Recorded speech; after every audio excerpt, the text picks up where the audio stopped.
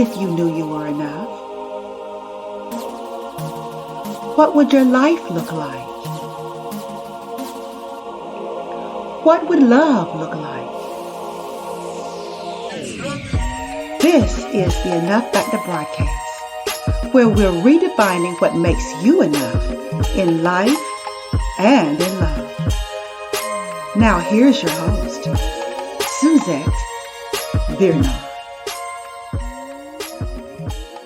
Hello everybody, it's your coach Suzette Vearnon with a special edition of my Enough Factor podcast. The official relaunch into season 2 isn't until next Sunday, but I felt compelled to record this episode as worldwide, everything as we know it is being shaken due to the coronavirus pandemic. If this is your first time listening to my podcast, my mission is to help you to get clear about what makes you enough in life and in love on your own terms, so that you can experience love and life in a brand new way. I realize that if you don't write your own definition of what makes you enough, someone else will give you theirs. And for us high achievers, for the most part, we have been socialized to define ourselves by how successful we are at meeting someone else's definition. We judge our finances by what others have. We judge our relationships by what others have. We judge ourselves based on what others have. That, my friends, is self-limitation, and it erodes the very divinity and uniqueness that we all hold as gifts to this world. And so, every week my goal and that of my guests is to amplify your voice, your value, and your vision, what I call 3 critical factors of enoughness. By doing so, we believe you will discover who you are, whose you are, and why you are. Now, I'm not sure what app fairy made the decision to put podcasts about the coronavirus in my news feed. I'll have to check into that. Nevertheless, the Today in Focus podcast appeared with an episode titled Coronavirus, Learning to Cope with a New Normal. I gotta tell you, I felt something inside of me resist it. No disrespect to the intention of the podcaster or to the relevance of what he or she is sharing, but I had a problem with the word cope and Today in Focus in the same breath. Maybe it's because I've lived long enough to grow tired of being intimidated by life's uncertainties, or that my divine self is taking up more space in those self-limiting beliefs, or both. But I believe that hardwired into our humanity is a switch that gets flipped that says, just this far and no further. I refuse to be intimidated. Whatever happens, I ain't running no more. And that's what came up for me. Well, you see, the description of the podcast starts off with how someone researched tips for life under a new regime of social distancing and self-isolation. I guess that is the new normal, or the Today in Focus that they're talking about, but I strongly disagree. Social distancing and self-isolation is not the new normal. It's merely a temporary state of being. It's not the norm and will not be the norm unless we adopt it as the new normal. If we allow crisis to stoke a survivalist mentality versus a community that looks out for one another, then we've lost something very valuable, our humanity. And I refuse to lose that. What I will do, or choose to do rather, is to see this as an opportunity to become better, to make my mental health a priority, to confront the fears, the doubts, the panic that what's happening in my life and in the world is bringing to the forefront. I will see this as an opportunity to learn to communicate better, to communicate in a forthright versus passive-aggressive manner, to get a grip on my triggers and to respond instead of react, to get clear about who I am and how I can bring that best self into this world. That's the who I am piece. Then there is the whose I am. This is the time to get clear about what I really believe. What is the foundation that I stand upon? Who do I belong to? Do I belong to a survival mentality? Those who aren't okay unless they can control everything? Or the thrivers who say I come as one, but I stand as 10,000? Thrivers who decide for themselves how they are going to live their lives. Who do you belong to? Then there is why I am. I choose to stop offloading my current mental state to a circumstance. Because truth be told, the circumstance isn't the issue. The circumstance only came to reveal what's really true, what really matters to me. We've all seen it. The person who pretends to care just to get what he or she feels will save them. They pretend to be a part of the community, but will rob, steal, cheat, and betray. And they will push everyone else out of the way to save themselves. Those people, my friends, don't have a real sense of why they are. They don't have a real sense of purpose.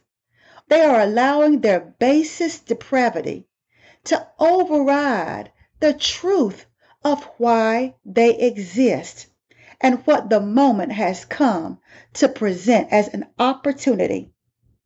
So let's stop blaming our self-doubt, our anxiety, our fears on the coronavirus, the instability of the stock market, not being able to find hand sanitizer, or social distancing, or even losing our jobs. Let's stop pointing to externals as the reason why we aren't okay. Here's the thing. When you know you are enough, externals don't shake it. Sure, you feel the rattle and the impact just like anybody else does. You feel the disorientation just like everybody else does. But while they are hoarding, fighting, fearing the end of civilization as we know it, you are getting more grounded in what you believe. Now, I must interject because I know the other extreme. You see, I remember being around folks blowing their nose, coughing, running a fever, and barely able to walk around who said, "The devil is a liar. I don't have a cold. I am not sick." I wanted to say to them, I beg to differ. Despite your claiming healing based on the Bible and quoting scriptures, I never saw a case where Jesus healed anyone and it wasn't evident to them or those around them, okay? Comparison-wise, I've talked with a family friend who the doctors only gave 6 months to live, and she's lived with a diagnosis of cancer for over 10 years now. She said that God gave her the scripture, "I shall not die but live, to declare the works of the Lord." You see, that's faith I can believe in, because faith is evidence. It isn't a denial of what is. It is the greater truth that prevails despite what is. Faith is evidence. Faith is substantive. So what this state of affairs has brought up for me isn't coping. Coping is like grasping for something outside of yourself. It's grasping for something to hold on to during a storm. But nothing is changed. When the next storm happens, as it most definitely will, you start looking for something outside of yourself to hold on to. But I don't want to cope. I want to dive deeply into my truth. The truth, like my friend, that says I shall not die but live. The truth that I am enough. And that, my friends, is not shaken, altered, or threatened by anything or anybody. It is what stabilizes me when I feel the jolt. It is what reminds me that tough times don't last. Tough people do. It is my inner toughness, my inner anchor that helps me to gain my footing even through difficult times. Choosing is what grown folks do. Choosing to anchor in the internal real estate of your enoughness. Choosing to seize this moment and get more grounded in your faith. Choosing to get honest with yourself. Choosing to get help. Choosing to let everybody else run, scream, fight, complain, suffer, obsess, as that is their choice. But choosing to trust your inner guide, to trust that you will get through this, to trust that death itself isn't as scary as not living. Using your voice to amplify someone else's voice, using your value to help someone else realize that they're valuable, using your vision to help someone else to see themselves as bigger than where they are. And while I may have to employ different methods, that stands sure. For so many of us, we've invested in what is alterable. We invest in what is unstable. We invest in what requires certain conditions to be met in order for it to thrive. But investing in you, my friends, is investing in something that is eternal. Who you are and what you have to offer is not limited or lessened by challenge. It is revealed by challenge. You don't change based on the economy. So when I ask you, who are you? The only answer that matters is the eternal you. That's the you that has to answer during crisis. That's the you that has to answer during this pandemic. The you that is not altered by circumstances. Unless you know who that person is, you will continue to be grasping for something outside of yourself to hold on to. You'll be tossed back and forth by the latest breaking news report.